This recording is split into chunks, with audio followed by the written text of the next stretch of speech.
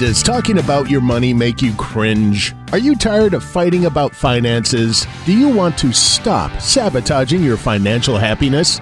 Then you are in the right place. Welcome to Breaking Money Silence, a podcast series aimed at helping all of us talk more openly about money. Your host, Kathleen Kingsbury, is doing what she does best.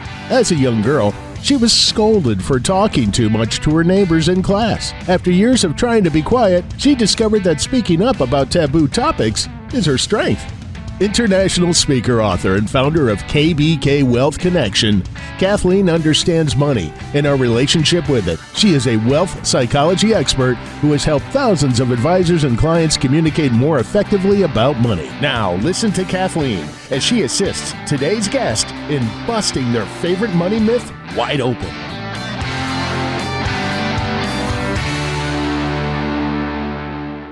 I'm very excited to welcome Komal Minhas. She's an Indio-Canadian entrepreneur, content creator, and investor.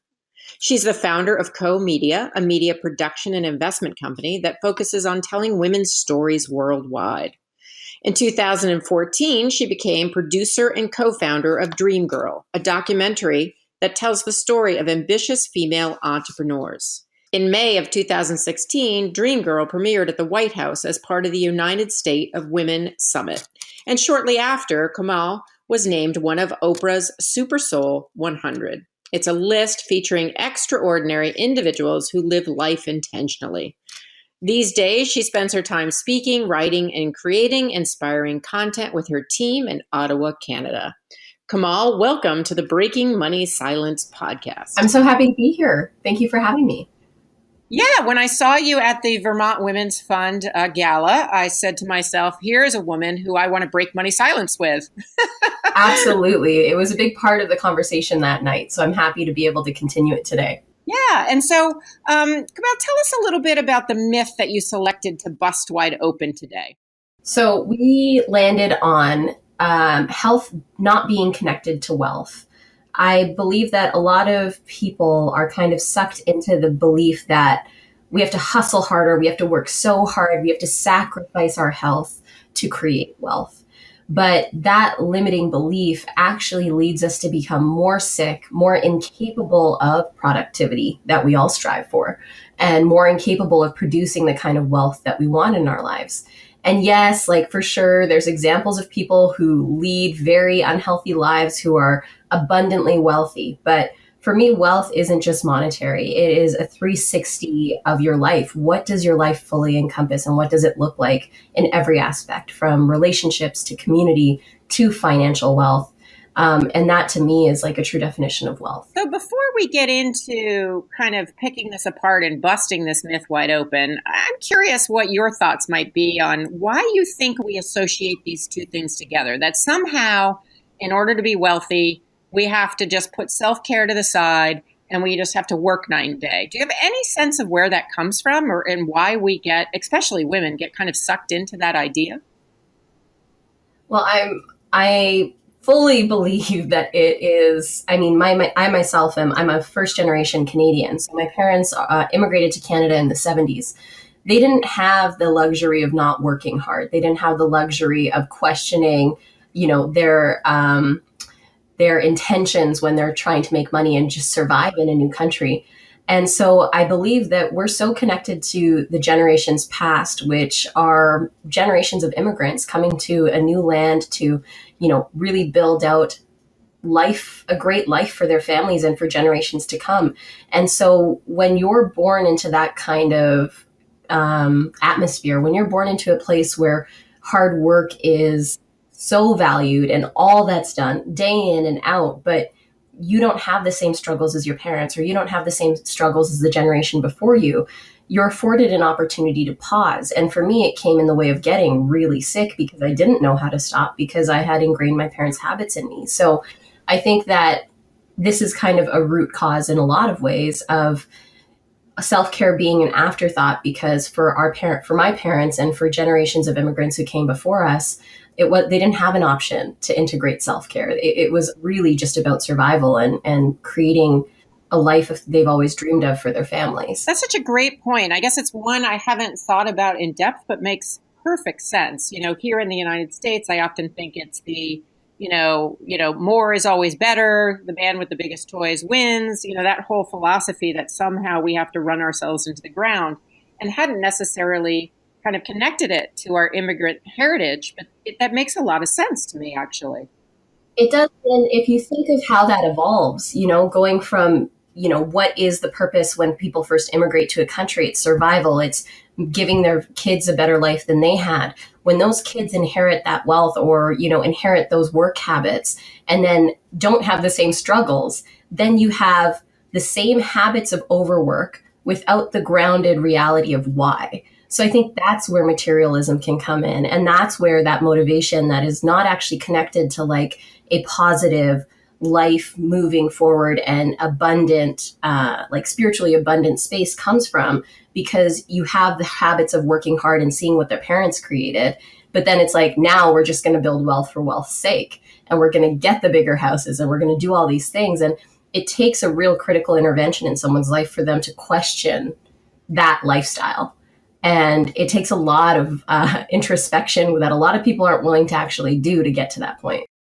Yes, in some ways, I think there are some people who it strikes me as we're kind of in a culture where you get self-esteem from telling everybody how busy you are, as opposed to I went to a yoga retreat or I had time for a massage. What we reinforce and think is valuable sometimes can get in the way of us taking care of ourselves. Absolutely. And it's an addiction. It's an addiction to work. It's an addiction to being busy. It's just a societal sickness to me of not really understanding who we are as human beings and why we're actually here, like to love, to give to the people around us, to create wealth so that we can improve the lives of others and not just ourselves. And we kind of disconnect from that. And then it really fosters this emptiness inside of us where busy is what makes us feel like we're worthy. And it's like, but it's actually making you sick. Yeah, and so every myth I think has an upside, even if the upside is, very small or very short-lived. So before we bust this open, what do you think the upside is for anyone? And it sounds like you fell into this, and I did in my early 20s.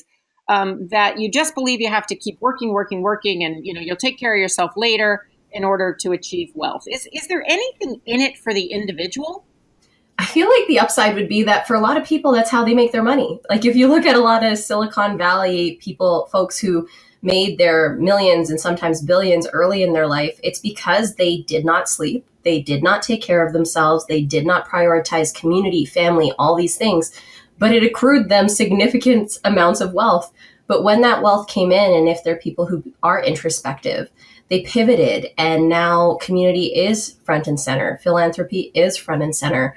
Understanding like how to become more mindful, integrating meditation. These are all things that they come into after they've made their millions. So an upside to this myth of, your health is not connected to your wealth, or like that you can live with that disconnect, is that, yeah, you can become really wealthy. But for a small percentage of those people, it can also lead to serious illness and potentially death in some cases.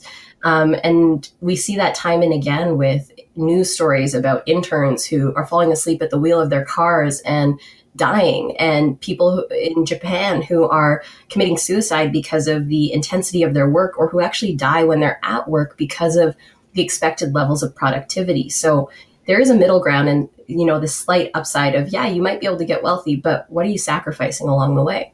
Yeah, and it sounds like the sacrifice is certainly too much. And for you, it was too much in that you became unhealthy.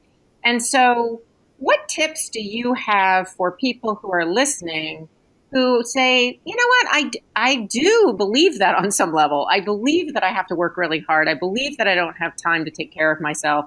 And I believe that, eventually I will, but I just need to work for the money right now. What kind of tips can you offer people who are listening that maybe you've found through your own story, or that you think have been helpful in finding that middle ground? I honestly wouldn't have found it if I didn't get sick. So what I would say to some people is everyone has their own journey. And it's also like some people genuinely, to survive, have to work 3 jobs, have to work 18 to 20-hour days, have to sleep very little. And I'm not here to diminish that is someone's life and that is where they're at. But for people who do have a little bit more liberty and a little bit more freedom in their life, I would ask people to examine, where is this work addiction or where is this impulse to have to work all the time coming from? Is it rooted in childhood trauma? Is it rooted in an abusive relationship? Is it rooted in a deep self-loathing? What are you really running from? Because just like any other addiction, a work addiction is rooted in unresolved trauma. And we don't want to look inward and have that introspection and heal the things that lead us to doing the things that are most unhealthy for us. And so I'm a big proponent of that now. In terms of tips, don't shame yourself. Like if you're working and you can't stop, and right now, your dad just died and you got to jump back into work, do that. There will come a moment when either your body forces you or you actively seek some pause and bringing some more balance into your life. Just prepare your mind to know that that may eventually come and that it may not be on your own terms. I'm very much someone who's like, I'm not prescriptive. It's like, you don't have to do anything. Just live your life with as little self-loathing, shame, and self-hatred as possible so that you can do the things that are healthier for you. So just be kind and gentle to yourself. Those would be my tips. No, and I think that's great because we aren't often very compassionate to ourselves, and especially people who I think are high achievers like yourself and certainly myself. It becomes very easy as a motivator, even though ultimately finding other ways to motivate yourself is healthier, to kind of be hard on yourself and to think that you just have to do the next thing. And so as I'm listening to you, part of what I'm wondering, and I'm just going to be really transparent, is do you think that your film, Dreamgirl, would have been so successful had you not worked so hard? I wonder, and I mean, I can only wonder because you can't turn back time. I wonder if we were able to create more pockets of gentleness for ourselves, if it could have been even more successful. Dreamgirl achieved huge levels of success. And I feel like for me personally, had I been able to take better care of myself, establish stronger boundaries for my health and well-being, I wouldn't have had to leave the company and I could have supported the team further. And so I don't think it would have been less successful had we paused more. But we did do everything that we had to do. And there's no way around that. I wouldn't have changed a thing. But if there was a magic, time turner that Hermione Granger has to go back, I would encourage younger Komal to take a little bit more time and ease with things and to build that a little bit more into our culture of a team and see what happens. There's no way of knowing. But I have liked to have not gotten so sick for sure, but I wouldn't be who I am right now without those experiences.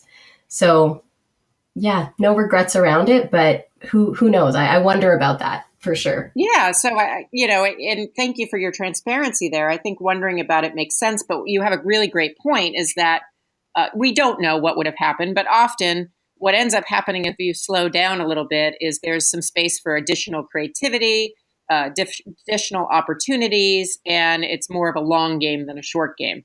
And that's where I'm so at right now, Kathleen. It's like, I had to move from New York City out here into the country in Ottawa. I live on an acreage with my father-in-law and I have my beautiful home office. I have my office downtown, but I choose a different pace of life now. I understand that life is long and we have so many different phases of who we want to be, how we want to become that person. But at the core of it is, are you happy? Are you healthy? Are you satisfied by the people that you're interacting with every day? Are they going to sustain you to that greater level of success you've always dreamed of? Or are you going to be in a pattern like I was of burnout and, you have your 2 to 3 years where you're hustling, and then you have to take a year to a year and a half off to recover? That's not normal. I would look at, the end of Dreamgirl and be like, okay, once it's done, then I can take a year off and travel and do all these things. It's like, how about we integrate all the things you love throughout your life and go through your periods of hustle? I'm not saying that we don't need to work hard. I worked an 18-hour day yesterday, but then I woke up today a little bit more gentle with myself, whereas in the past I would have worked a second 18-hour day. So it's just like, where do you need to push the brakes and where can you push the throttle without losing that semblance of health that you want in your life? Such a great point, and it's ironic, but I certainly moved out to the country. I live in a rural town in Vermont, moved here 3 years ago, and same thing. There's something about having a lot of space around you and beauty around you that helps you slow down. And it doesn't mean I don't like going to the city or jumping on a plane to go and speak and live a faster pace for a period of time. But there's something really nice to be able to slow down and actually live in a community that reinforces that it's okay to slow down. Oh my God, I can't get over how much I loved Burlington and how much I loved Vermont. I just feel like had I not fallen in love with Ottawa already, it could have been a place where I would love to live. So I get why you decided to choose that space, because when you're that surrounded by beauty, that kind of a community, all of the things that are there, you can't help but be inspired. For example, I had my 20 turkeys who live on my property come by my window this morning and eat the food that we had put out for them. But you can't replace that. Like, that's just brings so much joy. It's incredible. It is. And it's really inspiring and creative. And I think the other thing that's interesting in getting back to this myth is that when I moved out here, I wasn't really worried. My business was in a good place. I work virtually most of the time. So I really wasn't worried financially, but I didn't think that I would actually do better. And I have to tell you, I take a ski day here or there. I certainly pace myself and enjoy the community here. And I have actually been more financially successful since I've arrived here. It's incredible. I had to leave Dream Girl January of 2017, so last year. And I had invested in a friends and family round with one of my best friends. He started a cannabis production company here in Canada, which medical marijuana is legal here, and full legalization is coming in July. But the company IPO'd a month after I moved back, and I became wealthier through that than I did with hustling and working so hard in New York and sacrificing so much. And it's for sure not a traditional way of, or not I wouldn't say traditional, but not always the most accessible way of accumulating wealth that I went through, but it gave me so much freedom, flexibility. My cost of living is significantly lower here than it was in Brooklyn. And just overall quality of life has improved. So I made more money leaving New York than I did my entire time in New York. And it's just a really remarkable thing to reflect on sometimes. Yeah, no, it's incredible. So let's just think about, for people who are listening, I know you don't like to be prescriptive, but part of what I'm wondering is, what are some of the steps that you've taken or that you'd encourage people to take around self-care? And then let's see if we can tie them to also taking care of your financial life. Absolutely. I think that, so we are writing a series right now about the myths of self-care and the things that I discovered as I was in my own recovery last year, and what real and true self-care looks like by the definition of Audre Lorde and different activists who have talked about this over time. And what kept coming up for me is self-care is hard. Self-care is doing the hard things. It's making the doctor's appointment and showing up. It's, doing the breast exam at home and being willing to discover the uncomfortable lump that you may have found, and going down the process of figuring out what it is, even if you're 21 years old. It is the process of showing up to the gym every week, even though you feel so sick and so depleted, but knowing that movement, even that 1 hour when you're so low, is going to bring you some sort of joy. It is not just bubble baths. It's not just going to get your nails done and getting a manicure or pedicure. It's having hard conversations. It's seeking out a trauma coach to help you unlearn a lot of behaviors you might have picked up as a kid. It is such a deep-rooted process that we have now an $80 billion industry that profits off of conversations and products around self-care. Let's demystify that, and let's actually talk about the fact that self-care and really rooting yourself in wellness is about doing the hard things and doing the things that you've been avoiding for so long. It's not about binge eating one night or binge watching Netflix one day because you're so tired. It's doing the things so that you don't get to the point where you just have to turn your brain off. In terms of steps, it would be asking yourself, what are the things that you're avoiding in your life right now, making a list of those things, and then deciding how you're going to tackle them. And if you're not going to tackle them, asking yourself why. And then beginning your to-do list, your self-care to-do list of, these are the things I have to do for me. These are the things that are making me end up doing behaviors that don't serve me. and then starting to execute on that list. So let's fold in finance here. I look at taking care of our finances, managing our money, really educating ourselves at least about the basics around finance as part of self-care. Do you agree, or do you see it a little bit differently? No, I completely agree. I think that money is so hard for women because we are only within 2 generations of being wealth holders or like main wealth managers in families. We're decoupling ourselves from, we used to be property. We used to be things that were bought and sold. So to karmically like move away from that and to look at money as something that can empower us and uplift us, that's a process. And our generation and the past generations have been in this process of really taking ownership of wealth. In my household, I am the one who does primary wealth management. And that's not something that, I'm 28 and for me and my fiance, we're totally cool with that, but breaking gender norms and we're working against so much. But for us to be in financial control of our lives is the single greatest gift we could give to ourselves. It will enable more self-care. It will enable more opportunities for growth, wellness, for you to become who you want to be. Avoiding it is not the answer. Avoiding it is actually the antithesis of taking care of yourself. Because it's uncomfortable, it means it's something we have to dive into. And I actually would really agree with you that women in generalization, haven't had a lot of practice in this regard, asking for what they're worth, knowing that they need to pay attention to their finances. And while some women like myself and like you are, take the charge and lead the way, I think all of us need to do a better job at working at being financially literate. And just like we would take care of our nutrition or exercise or whatever it could be. So I love this whole framework of financial self-care under your overall umbrella of taking care of yourself. So if you had to sum it up, and I know this isn't an easy question, but if you had to change the myth from there's no connection between your health and your wealth, what would the new saying be? The healthier you are, the wealthier you will become.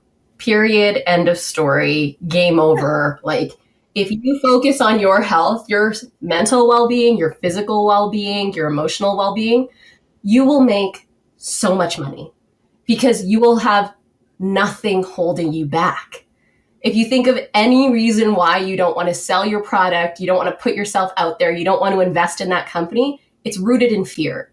How do we eliminate fear? By learning to love ourselves and by doing the things that we need to do to feel incredible. And that comes back to emotional, physical, and spiritual well-being. So when you clear those things up, if you focus on your health, you will become wealthier than you've ever dreamed. It's going to take time, but in the long term, I promise you, this is the key to life. Well, I love that you've been a guest today, and I love your passion for this topic. Please, before we sign off, tell the listeners a little bit about your new series and where they can find out more about you. Absolutely. Come find me on Instagram. It is the main platform I'm working on right now. My handle is Komal Minhas, KOMALMINHAS, and you will be able to find out all the latest happenings for Co-Media, for myself, upcoming speaking events, and the series as it unfolds. Awesome. Well, I definitely will check it out and become a subscriber or a follower or whatever you are on Instagram, because I'm a Gen Xer, so I don't always know what the terms are. But thank you so much for playing with me today and talking about this topic. And it's near and dear to my heart, so I really appreciate your time. Thank you so much. I'm so happy to have been here. Thank you for listening to Breaking Money Silence, hosted by Kathleen Burns Kingsbury, a wealth psychology expert and founder of KBK Wealth Connection. If you like what you heard, then check out more podcasts at breakingmoneysilence.com or subscribe on iTunes.com. Need a fun, engaging speaker for your next event? Go to kbkwealthconnection.com and find out how to book Kathleen today. Be sure to share today's show so together we can break money silence for good.